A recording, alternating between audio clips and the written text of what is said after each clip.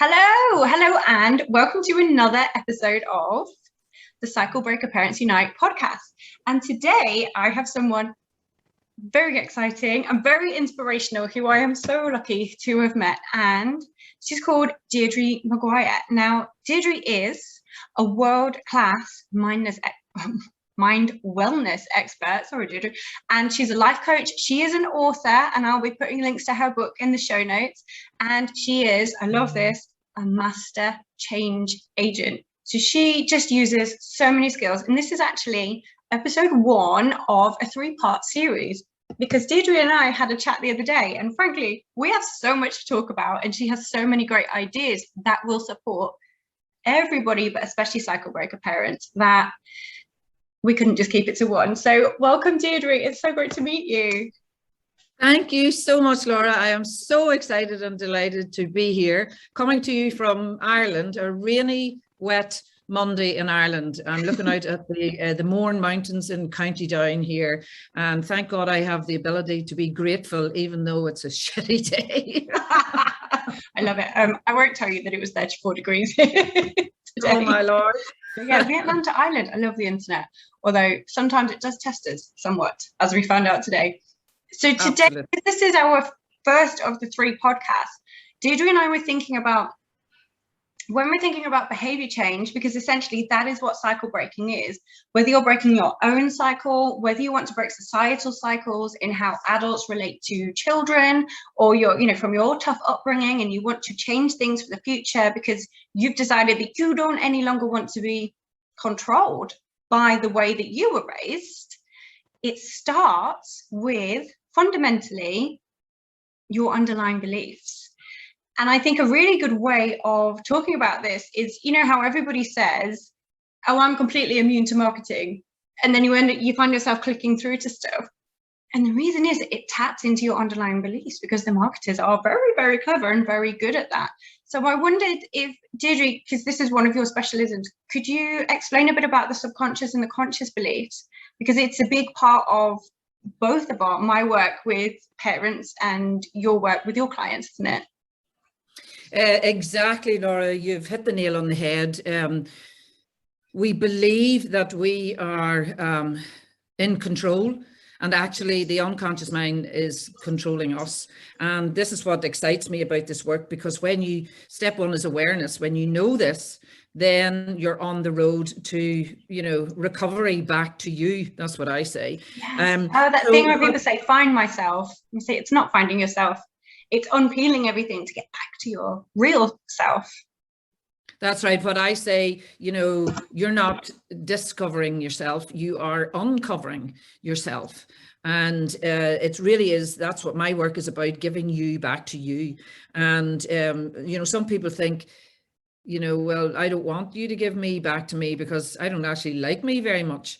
And the truth is that who you are is amazing. Who you are is perfect. Who you are is a beautiful diamond.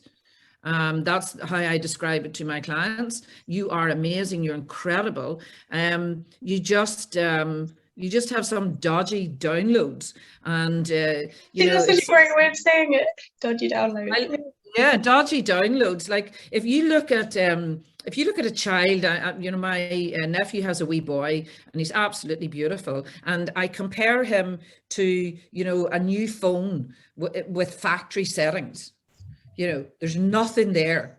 But even now, don't they say it's like the fear of falling and the fear of, what's the other one? There's 2 standard fears. One is fear of falling, and loud noises.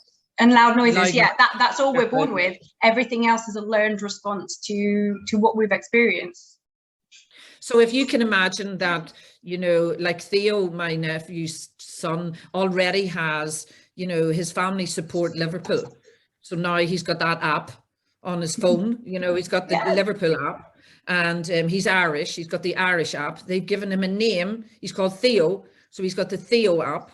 And if you can imagine it like this, and the apps that we have that serve us, the way you have a load of apps and you only use about 5 of them, and you have all these other apps that you never use.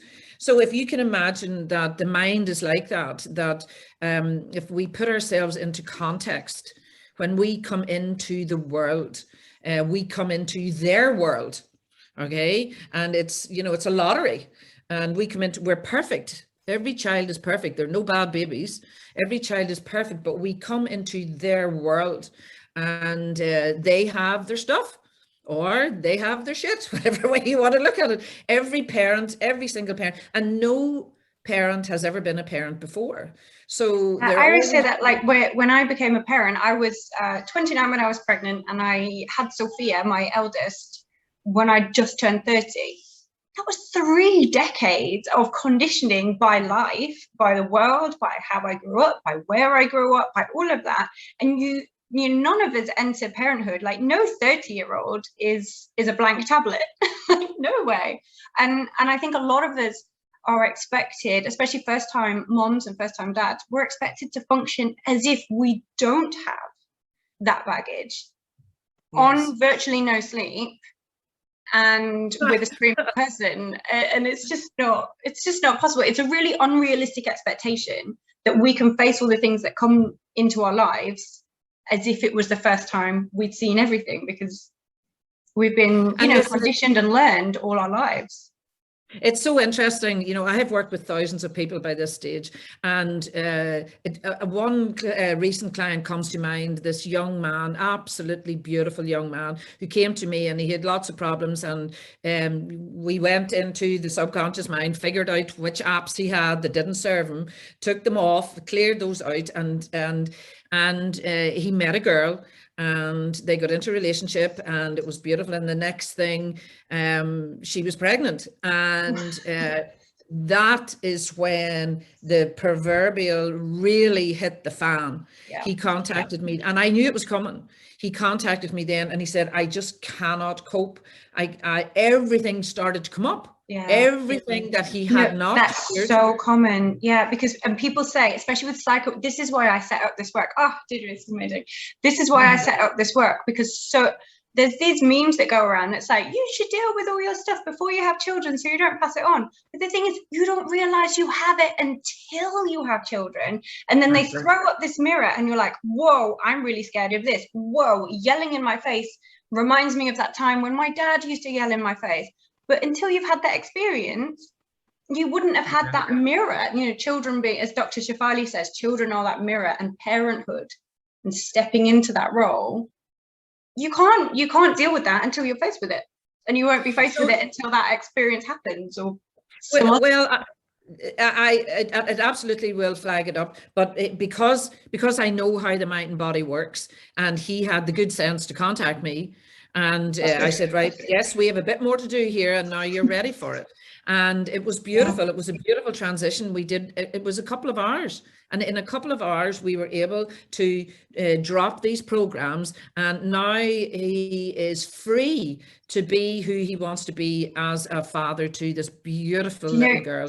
Absolutely. You've hit on another misconception there, is that people think, not everybody, but a lot of people will say, I don't have the time to do this. I can't cope with this. It takes forever. I'm going to be doing this forever, or it's big, it's scary. And yes, it is a kind of a significant commitment to say, I'm going to invest in myself. I'm going to delete these apps. I'm going to do the work that needs to happen in order to be healed. Like, well, I say be healed. We're never all healed, are we? But, do the healing and learn the skills. Yes, I'm going to do that, but it's not that scary. It's well, not again, that hard. It's absolutely not that hard. We know so much now. This is how, when clients come to me, the first thing I will talk about is the manual. And this is what I'll say to them, have you ever had to change the heating oil timer on your clock? The heating timer? And I remember when it happened to me, when the hour changes and we have to change the timer. And if you can imagine me with my glasses on, my nose screwed up in underneath the cupboard in the utility room, trying to figure out this thing. And then I think, all right, that's right. I did this last year. I got the number, I Googled it, I downloaded the manual, I printed it off. So now all I have to do is get that out, follow the instructions, and hey ho, I can change the hour on the clock. And this is the thing, we don't come with a manual. But today, I believe I have the manual. I believe that 20 years of trying to figure stuff out, briefly, 20 years ago, my father took his own life, and it was the lowest point of my life. And it was also the turning point of my life, because it drove me to get answers. And today I have answers, and I have the manual. And part of the manual is we come into the world, we come into their world, and we have experiences. And these experiences are captured. We are a capturing machine. And we capture every single experience. Yeah. And this is captured by the unconscious mind. You don't consciously know. Like when clients come to my door and they're here in my kitchen and we sit down and do the work, and I'll say to them, do you know what color my front door is? And they go, yes, it's red. Now I say, you weren't thinking about my front door. You don't even know that you captured that information. They're like, my God, I didn't. You know, yeah. Do you know what kind of car I have? Yeah, it's a white. And the men always know it's a Mercedes, because the men, they see those things, right? So we're capturing information all the time. And it goes into what I call the black box recorder. That's what I call it. I call the unconscious mind the black box recorder. Now, the conscious mind is 5%. And the unconscious mind is 95%. So what I say to my clients is, I want you to imagine your local playing field. Okay, so imagine your local football field and see the goalposts. And on the goalpost, I want you to place a golf ball. Okay, now the golf ball represents your conscious mind. And the whole playing field represents your unconscious mind. And you are trying to drive your life with the golf ball. And that's why it isn't working. That's why it's not working. That's why we repeat the same patterns, isn't it? Because the patterns are in there. And whether we want to or not, and in fact, especially when we don't want to, we will still find it, you know, until we go into, like you said, until we go, I always talk about the operating system operating in the background, until we go into it and we change the coding, as you can say, like geeky family, yeah. Until you change the coding, which takes, you know, yes, a little bit of skill, yes, a little bit of time, maybe you need a mentor to show you, maybe you could do it yourself, maybe you need support, whatever, it's fine. Until you go in and change your coding, you will keep repeating that loop. And it's so key to actually do it. So say, for example, if I give a practical example, the reason that we do repeat the behavior we don't want is basically because the function of the unconscious mind is not to make us happy. The function of the unconscious mind, the primary function, is to keep us safe. And so here I am, I'm a life coach, I'm a mind wellness expert, and I want to write a book. Okay, now consciously, golf ball, I want to write a book, and I really want to write a book. Well, no matter how many times I go to write the book, I can't get the book written. I will distract myself. I am writing a book right now, and you are like, ooh, right on. So why, if I want to write the book, do I continuously distract myself?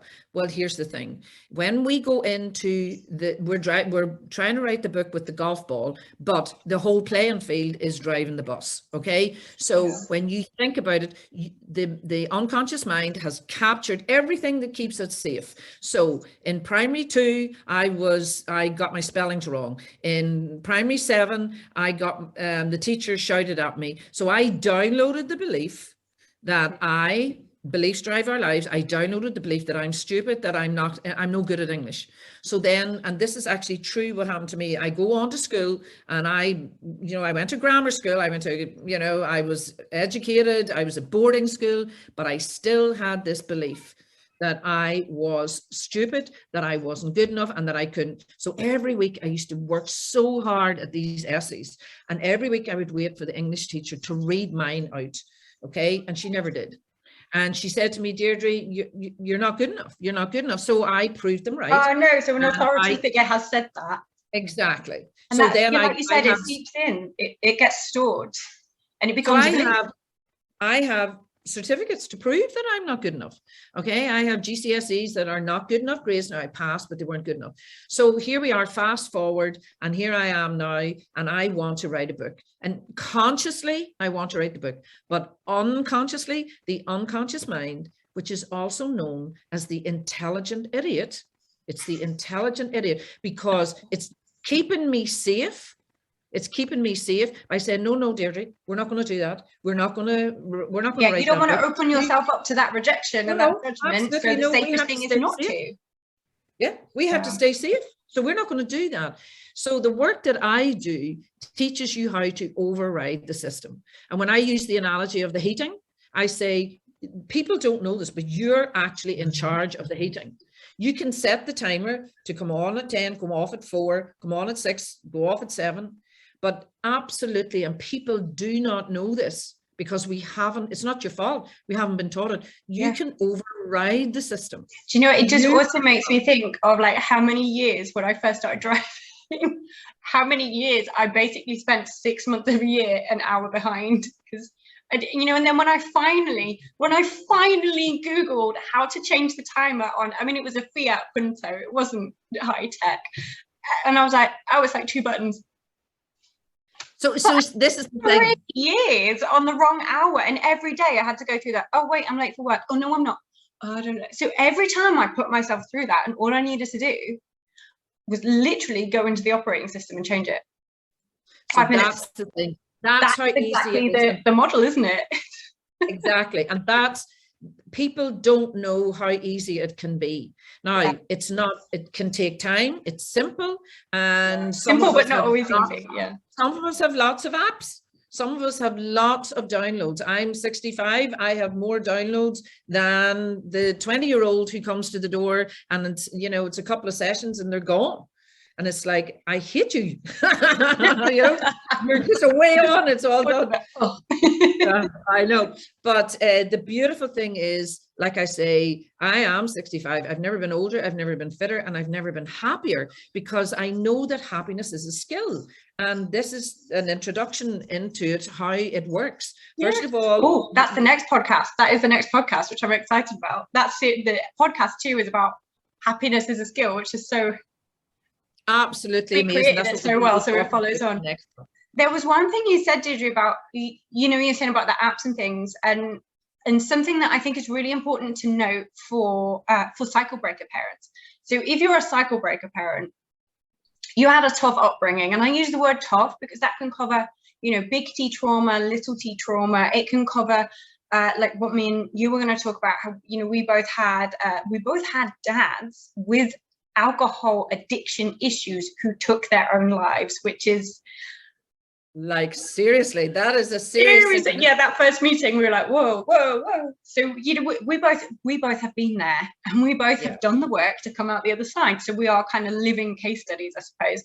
But some people have that, and some people have, I had a really good childhood, you know, as it looks on paper, but I never felt good enough. That is legitimate enough. That's an app. You know, we all have, like you said, some people it takes, you know, 2-3 hours. Some people it takes a longer time, and that's fine. But that age between 0 and 7, when we are walking sponges with our brains functioning in the beta waves, if you grew up in that period of time and you had to live in survival mode where you had to do certain things to keep yourself safe, and you learned, I must not speak my truth because I will get hit, or I will be bullied, or I am unsafe, or you learned, like, you know, you said with your, like, being at primary school, I don't know if you know this, I found out I was dyslexic at age 27 when I was training to be a teacher, and I burst into tears because I was like, I'm not stupid. And he was like, no, you're not. The psychologist was like, you're not stupid. You were failed by people who didn't know better in, you know, 1991 or whatever it was. So it's, you know, these apps, the apps are more sticky. If we, you know, it's relatively easy to delete some apps, which is great. And other apps, they really, really stick. And the apps that came in our early years of yelling is scary, hitting is scary. If somebody challenges me, I must go rah to protect myself.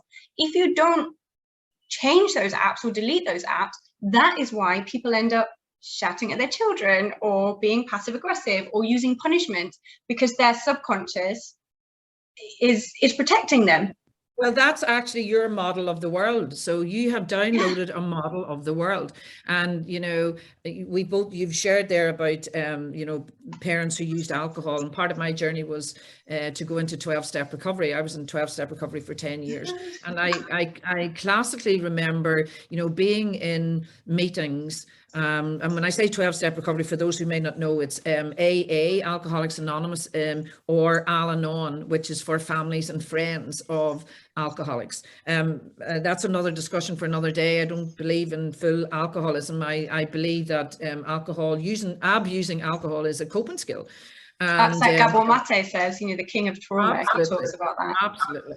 Absolutely. And our culture we are emotional dinosaurs in our culture, because there's still, alcohol is actually promoted as fun, healthy, and all of that. And it's none of the above. And so anyway, what I typically remember in those meetings where we used to share our emotions, and I was in a group for adult children of alcoholics. That's what it was called. And the number of people who said that they watched their angry father, their alcoholic father, parent, mother, and they swore they would never marry an alcoholic. And without exception, here they were sitting in a room now sharing about the problems they were having with the alcoholic partner. And this is because, we operate on frequencies. And what frequency are you on? If you're listening to, Radio 1, you cannot listen to Radio 1 and Radio 2 at the same time. You only operate on one frequency. So the frequency that you're familiar with, your normalized frequency. So if someone came into your life and absolutely loved and adored you, it doesn't feel like love to you. That's the one that you don't gravitate towards, that one. But the other one, the guy who ignores you and you have to run after him, he's the one you're attracted to. Why? Because that's what you learned love was. It's the frequency that you operate on, because that's what you're familiar with. It just makes so much sense to do it that way. But that's what excites me so much, that I know how the conscious and the unconscious mind works. I know I have the manual. We come into the world, we have experiences. Those experiences are captured by the unconscious mind in the form of memories. We store those memories, and those memories form beliefs. So now we have beliefs about our lives, about us, about the world, and how the world is. And even, I think that the key thing in there is, even if they are negative beliefs, and even if this is the kind of almost the worst thing, but the best thing, because we can change them, even and especially if they don't serve us, even if they make us feel bad about ourselves, they are there because they don't have a value necessarily to them.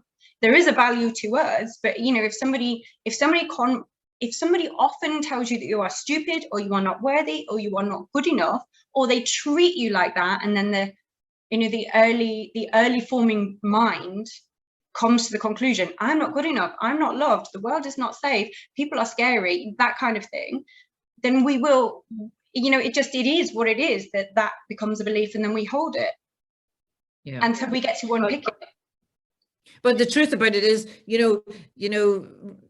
tell me, I wonder if you think about this, Laura, tell me something that you detested as a child to eat, and now you enjoy eating it. Oh man. Huh? Vegan.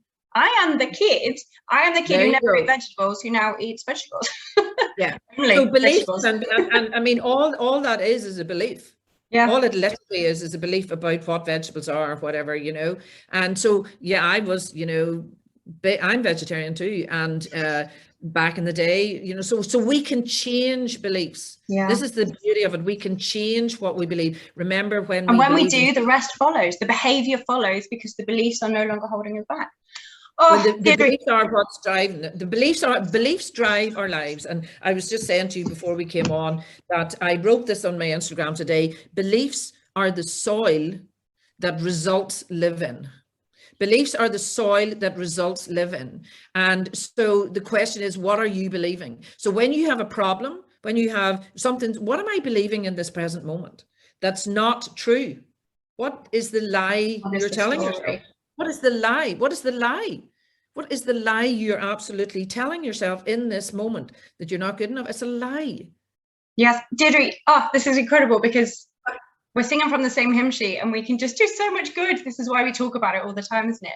So if people are listening to this, at the end of this podcast, there's always an end bit, which is me saying, come and join my Facebook group. So, you know, that will be there in a bit. So if people would like to follow you, you know, you just said on your Instagram, can you please tell us how people can find you and keep in touch?